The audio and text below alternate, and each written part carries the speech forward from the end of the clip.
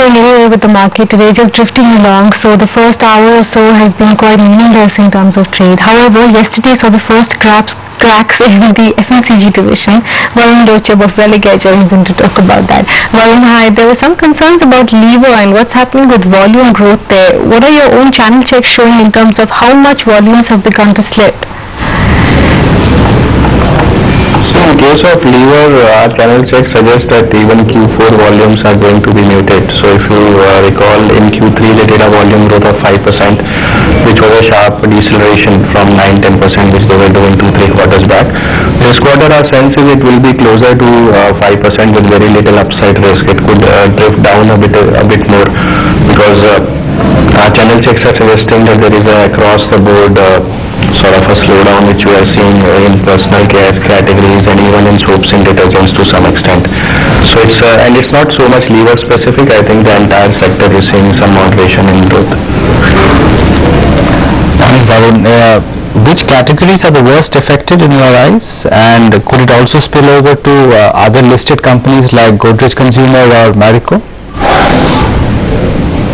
Yeah, so see, it is more pronounced in case of the personal care categories, the more discretionary ones, so be it your skin creams or your shampoos and the entire personal care portfolio, and also continues in the packaged food space. Packaged food has been soft for some time, again given the discretionary nature of demand. So our channel check suggests that even for Marico you will see sort of volume growth being subdued. Even last quarter was lower volume growth compared to their sort of trend line growth rates if you see in the last few quarters, and that would continue. GCPL we believe will do relatively better in this quarter because one of their key categories in India, which is household insecticides, that continues to grow very well and hasn't seen any moderation.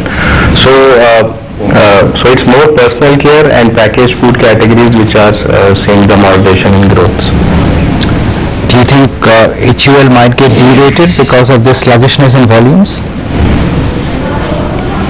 Yeah, I think at close to 470, 480 levels, the stock looks fully valued to us. Our target price is 480. So I'll not be surprised if the stock can get derated a bit from these levels if they show around say 3 to 4% volume growth. Anything below 4% volume growth will clearly lead to stock derating because people are still building in at least 4 to 5% volume growth and 12 to 13% top line growth. Is this also being coupled with downtrading, Varun? Because then that would impact both what happens in terms of sales as well as hit the margins of these companies. See, from our channel checks, frankly, we are not seeing too much downtrading at this moment. So the slowdown is across the board, be it the top end, be it the medium end, be it the mass end. So clearly, it is across the board. We are not seeing the same consumer, moving down the price points as of now. What would lead to some degree of product mix change in the adverse direction would be the fact that rural continues to do very well, relative to urban. So urban growth rates have slowed down more, and therefore some of the top end premium range you will see the growth coming off a bit more compared to the mass end because rural is still supporting growth to some extent. So to that extent, the product mix could get affected a bit, but it's not that the same consumer is down trading from premium and brands to the mid end. You track United Spirits as well, Varun. You don't think it's going to be a very successful open offer process?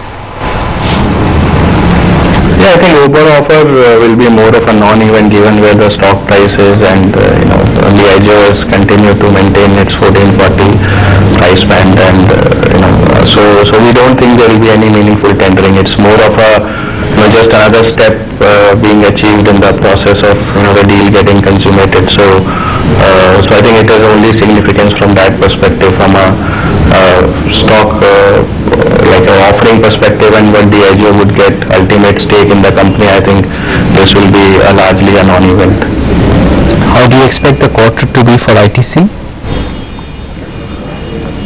See, even for ITC, like the volume growth is going to be positive. We are expecting around 2% volume growth in cigarettes business. Last quarter they did around 1.5%. So by and large there, if you recall, the ITC this time around has taken price hikes only now, and they didn't take any price hikes in Jan-Feb, which they typically do to some extent on their portfolio. So therefore the pricing element in case of ITC again in the cigarettes business would be a tad lower on a YOY basis. So even in case of ITC we are expecting around 15 to 16% earning growth only this time around, which will be a moderation from 20% earning growth trajectory that they've been doing over last 12 or 13 quarters. So we will not see a big volume growth moderation in case of ITC, but because of price hikes being slightly muted, you will see earning growth being more in mid-teens rather than 20s. Thanks for that, Varun. That's a view on the FMCG space that has been coming off through the last few days. The Nifty slipped into the red just for a second. Now it's beginning to recover, but very, very precariously poised. Let's talk about the global situation for a bit. John Woods of Citi